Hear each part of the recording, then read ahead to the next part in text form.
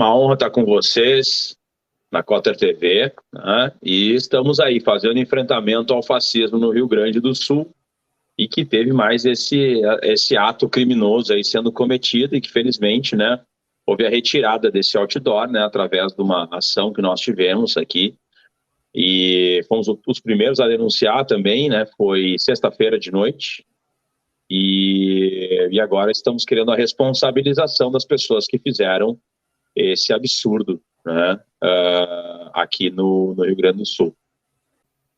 Na verdade, eu sempre digo, né, a minha mãe foi uma das fundadoras do Partido dos Trabalhadores, o meu pai, brisolista, um dos fundadores do PDT, e meu nome é Leonel por causa do Brizola, né, então, quer dizer, eu já venho de uma família que tem uma tradição de esquerda, mas eu sempre digo que eu comecei a atuar, né, nessa lógica antifascista mesmo e de observar os movimentos do fascismo já em 2013, né? Em 2013 eu já alertava em reuniões que eu tinha sobre direitos humanos, né, de grupos de direitos humanos. Quando iniciaram aquelas manifestações que nós tivemos no ano de 2013, eu chamava a atenção que para mim aquilo era um protofascismo, era uma lógica muito similar, né, ao que a gente tinha visto no pré-Segunda Guerra Mundial, né, nos movimentos de massa, com aquelas características. Então, eu já alertava sobre isso. Eu trabalhei em todas as noites de manifestações que tivemos naquele período. E aí eu vi isso num crescente. Talvez a primeira atuação que eu tenha feito real antifascista tenha sido em 2015, quando nós tivemos um ataque de um supremacista, de um militante da extrema-direita, um fascista, vestido de roupa militar, com um boné do Brasil, com símbolos do BOP e tal, que ele aborda frentistas haitianos aqui num posto em Canoas, no Rio Grande do Sul também. E o vídeo viraliza, deu milhões de visualizações, e ele era cotado como se fosse um policial, as pessoas dizendo, olha o que esse policial fez com os haitianos e tal. E aí eu me dei conta que era em Canoas, né, que é uma cidade contígua aqui de Porto Alegre, Grande Porto Alegre, uma cidade importante aqui do Rio Grande do Sul. E nós já atuamos diretamente sobre esse caso. Eu fui até o posto de gasolina, identifiquei as partes, fiz um vídeo de desagravo apoiando os haitianos e conseguimos a condenação das duas pessoas que realizaram essa ação criminosa. Foram condenados pelo crime de racismo, né? Foi uma luta bem grande, a gente conseguiu a condenação deles em 2018. Então, 2015 eu consideraria o marco inicial, assim, de uma atuação mais frontal, né, de confronto direto com essa pauta fascista, neonazista, enfim. Depois nós conseguimos desarticular um festival de bandas neonazistas que aconteceria aqui também na Grande Porto Alegre, e identificamos os membros desses grupos, e daí em diante a gente sempre fez essas denúncias, e dentro do nosso mandato, do momento em que a gente conseguiu, né, a eleição, nós montamos uma operação chamada de Bastardos Inglórios, em que a gente monitora redes de ódio, e já conseguimos identificar mais de 40 membros de grupos neonazistas, supremacistas, racistas, né, nas redes sociais, e inclusive em articulação com a Polícia Civil, aqui com a Delegacia de Polícia de Combate à Intolerância, a gente conseguiu algumas prisões preventivas aí de indivíduos que faziam ameaças de atentados em escolas, divulgavam material neonazista e de pedofilia.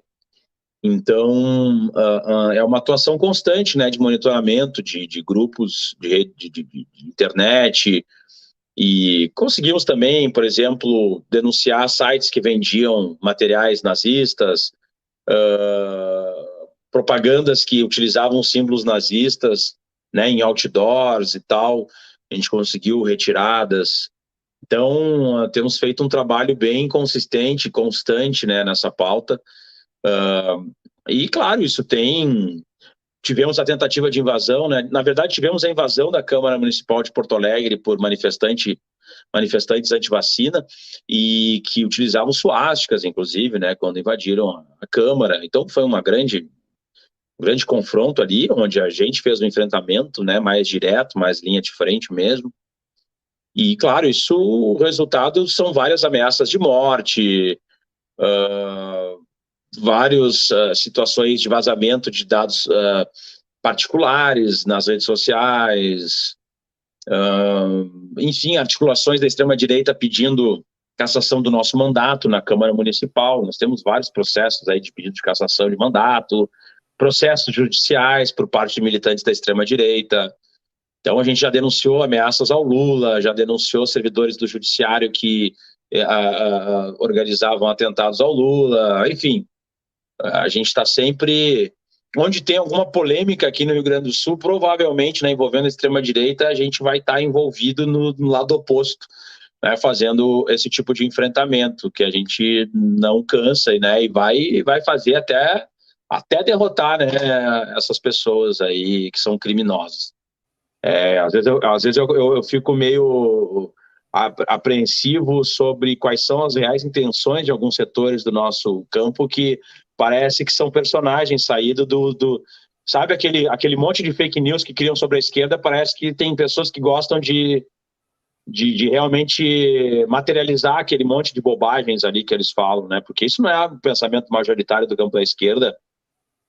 É um pensamento muito minoritário e completamente obtuso, né? Ignorante, absurdo, porque, na verdade, a saída pela extinção da polícia seria justamente, daí, nisso ele tem razão, a saída de uma situação em que nós tenhamos uma prevalência, né, uma extinção da polícia seria a prevalência da iniciativa privada atuando como forças de segurança.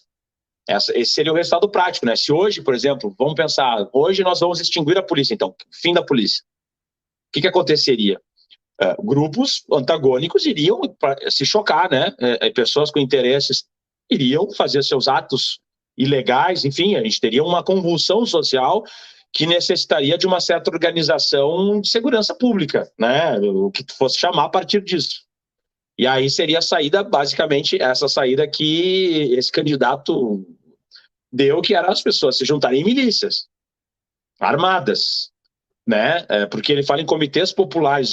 Daí dá vontade de dizer para ele: tu acha que só os populares, digamos, só o campo que tem uma visão marxista, uma visão revolucionária, se organizaria em milícias, né? Óbvio que não, né? Óbvio que provavelmente as milícias mais bem armadas seriam da extrema-direita e a criminalidade comum, né? Esses grupos das facções criminosas, os milicianos, como a gente chama, né? Esses grupos de policiais e tal, que se juntam para cometer crimes e dominar uma região.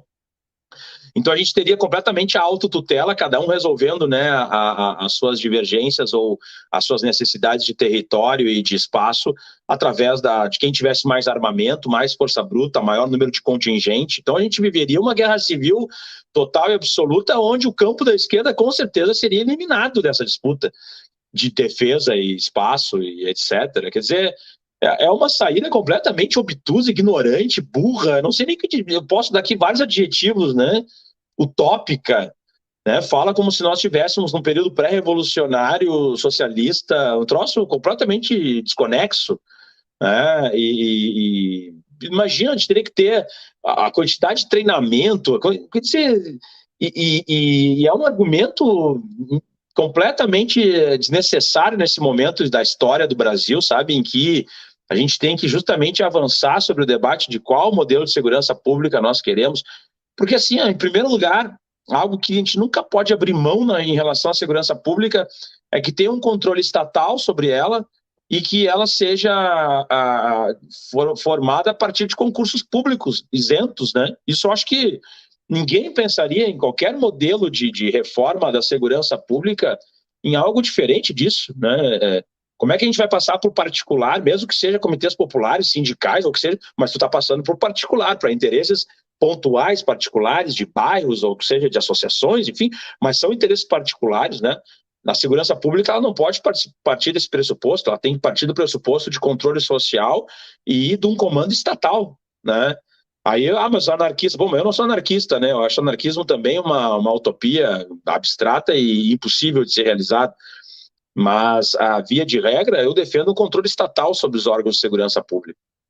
Infelizmente, se me perguntasse, mas o que tu acha? Bom, eu gostaria que não existisse polícia, é óbvio, eu gostaria que as pessoas não fossem mau caráteres, eu gostaria que as pessoas não cometessem homicídios, feminicídios, latrocínios, eu gostaria que as pessoas não roubassem uma das outras, eu gostaria que na nossa sociedade nós não tivéssemos tantos casos de violência, mas essa não é a realidade, né? Infelizmente, essa não é a realidade e nós temos que ter um órgão que vai ser um aparato repressivo do Estado, né? Um órgão repressor desse tipo de atuação, e esse órgão é a polícia, mas assim como é o judiciário, assim como é o Ministério Público, né, nós temos todo um aparato criado dessa forma, né, no nosso contrato social, que nós damos ao Estado, né, a questão da resolução de conflitos. Né? Então, é bizarro. E outra coisa que é bizarra é dizer que não pode existir policial antifascismo. Aí, geralmente, quem diz isso confunde o antifascismo com uma visão revolucionária de modificação de sociedade, né? Então, revolução socialista / comunista e revolução anarquista, como se tivesse vinculação, né, do antifascismo com uma lógica revolucionária de ruptura sistêmica, etc., né? Que é uma tremenda bobagem. O antifascismo é uma coisa que pode abraçar, né? Pode estar dentro do antifascismo essas lógicas revolucionárias, mas o antifascismo ele não parte desse pressuposto, né? Ele pode ser uma das pautas desses grupos, mas ele não é o todo. Daí as pessoas acham que antifascismo é ser anarquista ou ser comunista, e ponto final. E fora isso, ninguém mais pode ser antifascista. E é um desconhecimento histórico do termo, né? Porque muitas vezes os anarquistas tentaram se apropriar do antifascismo, né? Eles têm livros, manual antifascista, tá. Então as pessoas, então tu tem que ser meio que anarquista, antissistema, antipolícia, tem que ter uma série de outras coisas que não tem nada a ver com o fascismo, né? Porque o fascismo, o movimento antifascista, quando ele surge na Itália, ali na Europa, naquele período pré-guerra ainda, ele envolvia, inclusive, sociais-democratas que eram anticomunistas. Já começa por aí, né? O antifascismo, ele suplantava, ele era anticomunista, um grupo, né? São vários grupos antifascistas. O movimento antifascismo não é uma coisa unificada. Depois ele tende a se aproximar e transformar uma coisa só, mas assim, o primeiro, só para ver simbologias, né? Se a gente for pegar o movimento antifascista, o primeiro que surgiu, ele era um círculo com 3 flechas descendentes para baixo, né? E cada flecha dessas era um grupo que tinha que ser combatido. Então, eram os monarquistas, os fascistas e, inclusive, os socialistas. E era um movimento antifascista. E aí, depois, tu tem, por outro lado, né, a ação antifascista que vinculava dali anarquistas e comunistas, que não se davam entre si também, diga-se de passagem. Tinham confrontos bélicos entre si, mas que na lógica antifascista eles participavam do combate ao fascismo de fato, ao Mussolini, ao Hitler, etc. Isso que é o que unia eles, assim como o que unia com os sociais-democratas era esse aspecto de lutar contra o nazismo, contra o fascismo italiano, enfim, depois na Portugal, Espanha. Aí agora a gente tem que ficar dizendo aqui que não pode ser antifascista porque é da polícia, não pode não sei o quê, porque... Aí eu pergunto, beleza, então tá, na União Soviética a polícia era fascista? Em Cuba a polícia é fascista? Na China a polícia é fascista? Sei lá, eu posso ficar te dando vários exemplos. Na Coreia do Norte a polícia é fascista, então... Se são países, né, entre aspas, socialistas ou comunistas, que todo mundo fala errado, que nunca existiu comunismo marxista, né, de fato, mas vamos lá, socialismo real ou socialista, os países socialistas aí, tem, então, que a polícia é fascista, toda a polícia é fascista, ou existiu alguma sociedade complexa em que não existia polícia, né? Aqueles que lutaram contra os fascistas lá, vamos supor, né, depois foram ser policiais, aí se transformaram em fascistas, quer dizer, é um argumento completamente perdido, é um argumento raso, um argumento lacrador, sabe, de internet, de livrinho, de manualzinho, disso, aquilo.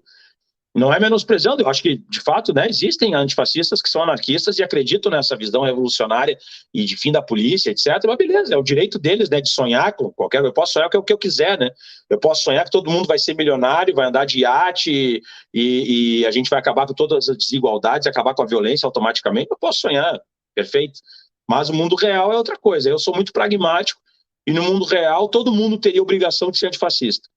Independente se é de direita, se é de esquerda, se é neoliberal, se é, né, tudo aquilo que todos aqueles que não concordam com autoritarismo, com golpes de Estado, com ditadura, com uma visão militarista, né, de sociedade, com uma visão misógina, LGBTfóbica, todas as pessoas que têm uma visão de se levantar contra, né, a utilização de religião na política, contra uma visão de eliminação física dos oponentes, né, dos divergentes, que se levanta contra essa lógica anticomunista, antipetista. Todo mundo que tem esses conceitos básicos é antifascista. A sociedade deveria ser totalmente antifascista, porque o fascismo é hegemonização, é verticalização, é seguir a liderança de um indivíduo, que seria o mito, que dali sai toda a verdade, é a falta de transparência, é a morte, isso é o fascismo. Então, quer dizer, todo mundo que não concorda com essa lógica automaticamente é antifascista. Se tu não é antifascista, tu é fascista, entende? Porque o fascismo ele pressupõe que todo mundo tem que ser igual. Então, ele vai eliminar quem não é igual. Então, ou tu é fascista para ser igual a ele, ou tu é antifascista porque tu não vai concordar em ser igual a ele. Né? Para mim é um raciocínio bem básico. Aí tem que ficar escutando, sabe, esse tipo de bobagem. Eu digo o seguinte: o fascismo é criminoso. Se a gente for observar o que o fascismo defende, golpe de Estado, fechamento democrático, racismo, todos esses pontos são crimes no nosso ordenamento jurídico. Né? No nosso ordenamento jurídico já é um crime. Então, todo mundo que é fascista é criminoso, e a polícia tem a obrigação de combater os criminosos. Então, automaticamente, a polícia toda deveria ser antifascista, né? Por óbvio. Então, na verdade, o primeiro projeto que nós apresentamos como vereador de Porto Alegre foi a Casa de Acolhimento Márcia Santana para as mulheres vítimas de violência. E a gente sabe que tem uma defasagem aqui em Porto Alegre, né, nas casas de acolhimento, e o nosso objetivo, né, que a mulher, ela vá, né, que sofreu violência, ela vá até a delegacia, registre seu boletim de ocorrência e imediatamente seja direcionada a esse espaço, inclusive com seus filhos, né, que a gente sabe que muitas vezes as mulheres vão lá, fazem o BO, não tem para onde ir, por questão das crianças, não podem entrar nos albergues, enfim, tem uma série de situações em que o nosso projeto visou ampliar e foi aprovado, né, na Câmara, foi uma lei aprovada, uma lei nossa, e que nós direcionamos emenda parlamentar para a constituição dessa proposta. Então, isso nos honra muito. Um outro projeto que nós aprovamos é o da saúde menstrual, que distribui absorventes para as mulheres em situação de vulnerabilidade social, e também está sendo implementado aqui pela Prefeitura. Outro projeto que nós aprovamos também, isso eu estou falando tudo em menos de 2 anos, né? Quer dizer, para a gente é um mérito sem tamanho a gente ser da oposição aqui em Porto Alegre, né? Somos uma oposição muito dura, inclusive, à Prefeitura. Acho que todo mundo que acompanha as sessões na Câmara Municipal sabe o quanto a gente é duro no debate, é combativo, tensiona demais, assim, né? Enfim, é um mandato reconhecidamente conflitivo com a extrema-direita e com essa lógica, né? Mas nós aprovamos, por exemplo, o programa Farmácia Viva, que tem como objetivo a produção e distribuição de fitoterápicos, chás, ervas medicinais, enfim, substituindo, né, os alopáticos, os antidepressivos, e sendo distribuídos pelas UBSs, é um projeto que nós aprovamos. Um outro projeto que nós aprovamos é na causa animal, contra os maus tratos contra os animais, né? As pessoas que hoje em dia agora começou uma moda de botar piercing e tatuagens nos animaizinhos e tal. Então a gente já se antecipou, ainda é muito pequeno, mas existem pessoas fazendo isso, então nos antecipamos e conseguimos aprovação também, porque a pauta da causa animal é uma pauta muito relevante. E a gente tem feito um debate muito, muito forte aqui sobre a cannabis medicinal também. Temos mais 2 projetos que estão tramitando da cannabis medicinal. Temos um projeto sobre a utilização de câmeras corporais por parte da Guarda Municipal, né, as câmeras nos coletes dos guardas municipais, que vai ser aprovado. Já temos acordo, inclusive, com a Prefeitura sobre esse projeto. E, enfim, é isso que a gente está fazendo em Porto Alegre e queremos levar isso para o estado do Rio Grande do Sul, através do mandato como deputado estadual, nesse debate sobre direitos humanos, na luta contra o racismo, né, na luta antirracista, contra a LGBTfobia, contra o machismo, na luta pelo serviço público, em defesa dos servidores públicos, dos aposentados e aposentadas, da valorização do nosso salário mínimo regional, da nossa defesa do SUS, da saúde pública no nosso estado, numa luta também pela saúde mental, né, dos policiais, e também numa democratização das instituições de segurança pública, né? Numa lógica de, inclusive, ter uma lei contra o assédio moral, de termos aí toda uma reestruturação, né, nas estruturas, e enfim, né, acho que tem uma possibilidade boa, sabe, se nós formos eleitos num mandato antifascista, de expandir, inclusive, né, nosso monitoramento de redes de ódio e contra esses grupos de intolerância, e também potencializar, né, essas políticas públicas que nós defendemos. E a gente sempre diz, né, a gente é do time do Lula, a gente é do time do Edgar Preto, que é o nosso candidato a governador aqui no Rio Grande do Sul, a gente é do time do Olívio Dutra, nosso candidato ao Senado, e somos do time do 13, né, e eu sou o candidato a deputado estadual, né, e o nosso número é engraçado, né, porque o nosso número é 13007, e aí eu sou agente da Polícia Civil e as pessoas vinculam agente secreto, agente, né, James Bond. Aí tem gente dizendo, Leonel, tu tem que te apresentar não como Leonel Hadi, tu tem que te apresentar, meu nome é Hadi, Leonel Hadi. Então, é engraçado, a gente faz até piada, né, com algumas coisas, né, é uma coisa interessante, né, mas, e como eu também fui ator, né, então a cultura é uma pauta muito importante pra gente, daí já junta, né, filme, policial e agente e tal, 13007, então tem várias coisas interessantes, né, na numerologia que a gente escolheu, e, enfim, a gente espera que a nossa mensagem chegue ao maior número de pessoas e que as pessoas também que quiserem entrar em contato com a gente nos sigam nas redes sociais, Instagram, Facebook, YouTube, TikTok, Twitter, a gente está em todas as redes sociais, Kawaii, e quem quiser entrar em contato também pelo WhatsApp, que a gente sempre responde imediatamente, eu vou passar o número, que é o 51 996760718, 51 996760718. Manda uma mensagem para a gente, quer fazer uma live, quer trocar uma ideia, né? Eu quero fazer uma reunião online com um primo meu, uma transmissão de vídeo e tal. Podemos fazer e vamos dialogando para construir essa nossa caminhada para eleger Lula presidente, Edgar Preto governador, Olívio Dutra senador, uma grande bancada na Câmara dos Deputados Federais, que nós precisamos. Temos grandes candidaturas aqui no Rio Grande do Sul, eu saliento aqui Maria do Rosário, Paulo Pimenta, o Marcon, enfim, temos aí uma nominata muito forte, o Bongás, o Alexandre Lindemeyer, a Cláudia, enfim, candidaturas é o que não falta em diversos interesses aí que as pessoas tenham, mas que é muito importante elegermos candidaturas do Partido dos Trabalhadores, do número 13, que vai dar sustentação ao Lula presidente.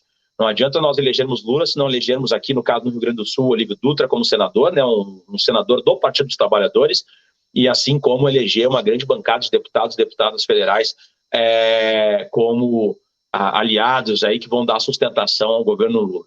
E estamos aí, né, como deputado estadual, número 13007, aqui no Rio Grande do Sul, à disposição de todos, todas e todos. Tá bom?